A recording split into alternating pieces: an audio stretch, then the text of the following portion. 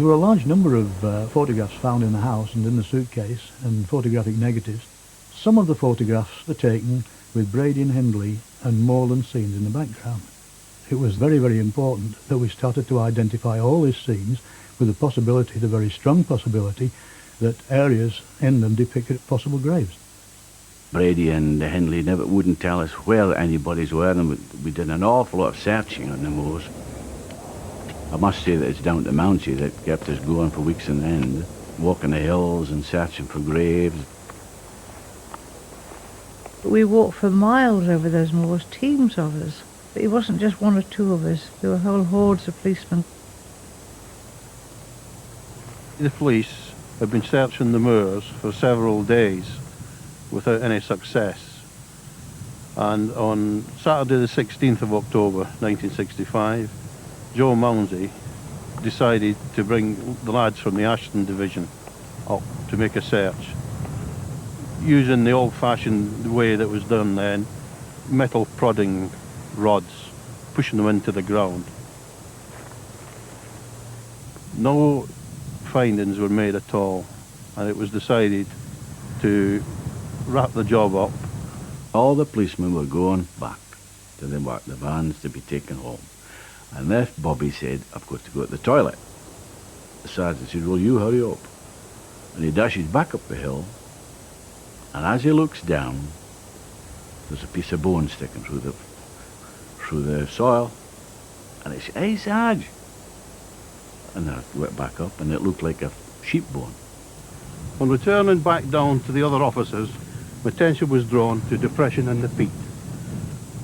This depression was filled with water. Protruding out of the water was what looked like a white weathered stick.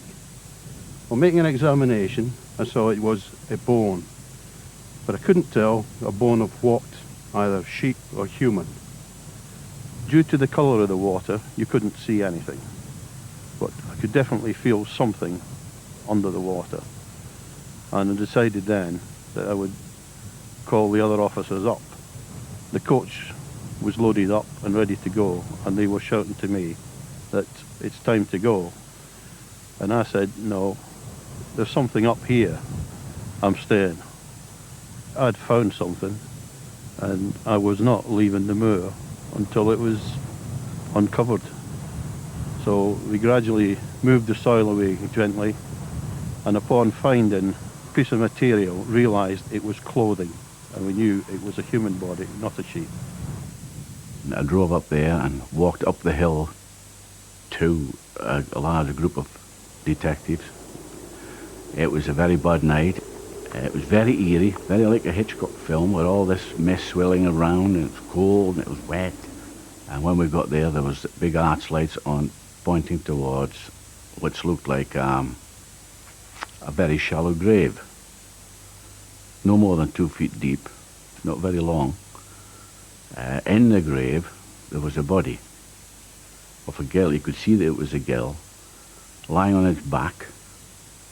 One half of the body was obviously lying against the peat, and the other half of the body was lying against what appeared to be mud.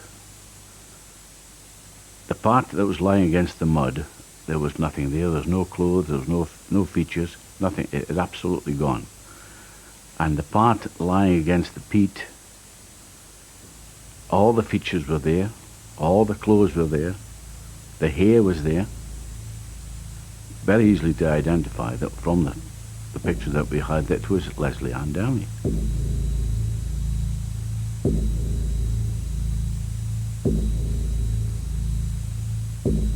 They took me to the morgue, and I knew it was Leslie. I could tell. Oh, God. I saw half of Leslie because only half of her there. I wanted to get over and touch her. They wouldn't let me touch her. I wanted a cutting of her hair. They wouldn't give me one. I was being sick all the time. But I didn't want to leave her.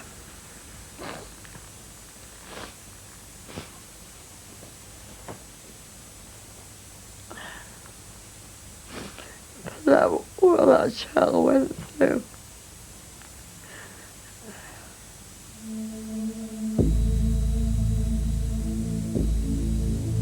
If we hadn't found the body, I don't know what would have happened, really. They might have got away with it. Myra was a hard, arrogant woman. She had no compassion for children. She had nothing. She wouldn't say anything. She would not talk. She wouldn't answer a question. During the interview, someone put on the table in the interview room a poster of John Kilbride. And her lunch was brought in on a tray. It was put in front of her on top of, so she could see the John Kilbride poster. That didn't have any effect on Myra. She just was an emotionless female. She could open her heart and told us the whole story of what had gone on from start to finish.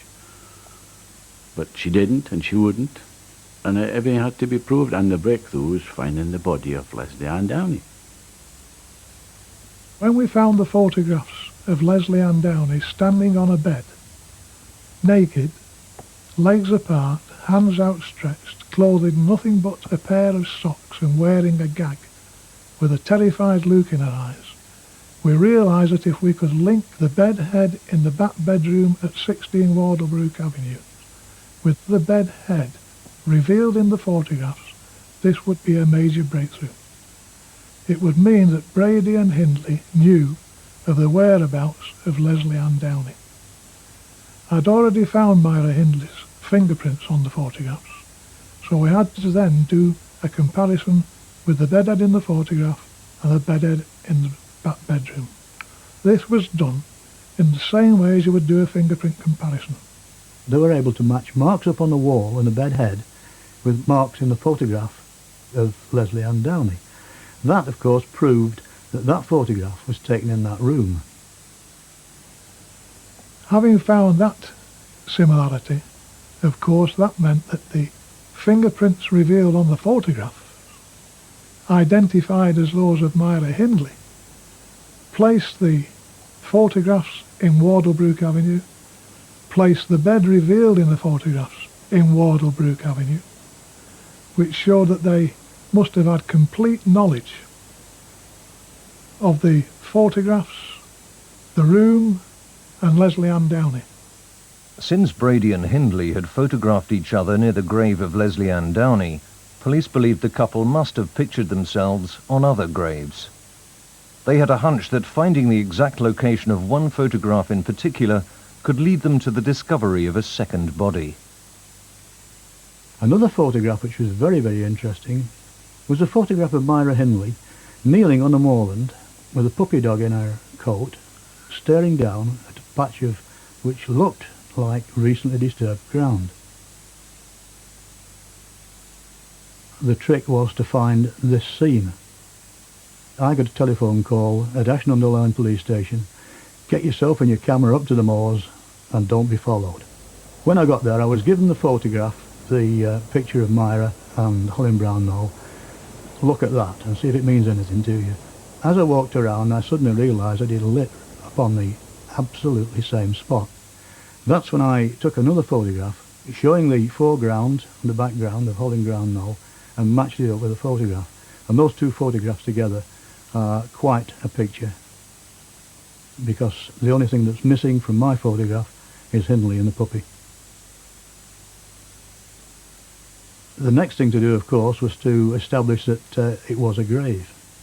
The infamous bamboo cane was prodded into the ground, and sure enough, there was a distinctive smell which anybody who searched on the moors could identify immediately. A tentative moving of the earth then discovered a shoe and a foot. A long, shallow grave was discovered with a body in, which we all knew was going to be John Kilbride. They brought a shoe to me to identify, and I knew right away it was John's. I had to go up to the mortuary. The remains were there, but she obviously couldn't identify a body, so she had to identify it by clothing. But I knew it was John's shoe, Super Duke, just been mended, chisel toe. I knew it was his. She was upset. We were all upset. We just hung on to her at the back of the car there, hugged. It was terrible. It was her child that was being identified, wasn't it? But there was no child to identify. It's any clothing. They cleaned it up as best we could, but I'll never forget it, that.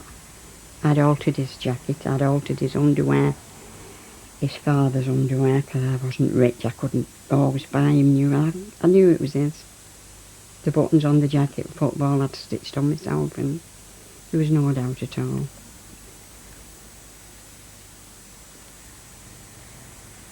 Not nice to look back on that.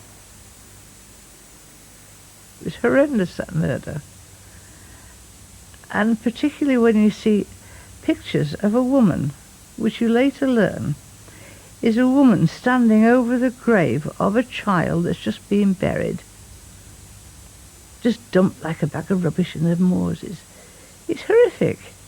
And then to hear the tapes of a child screaming and crying for its mummy. Stop.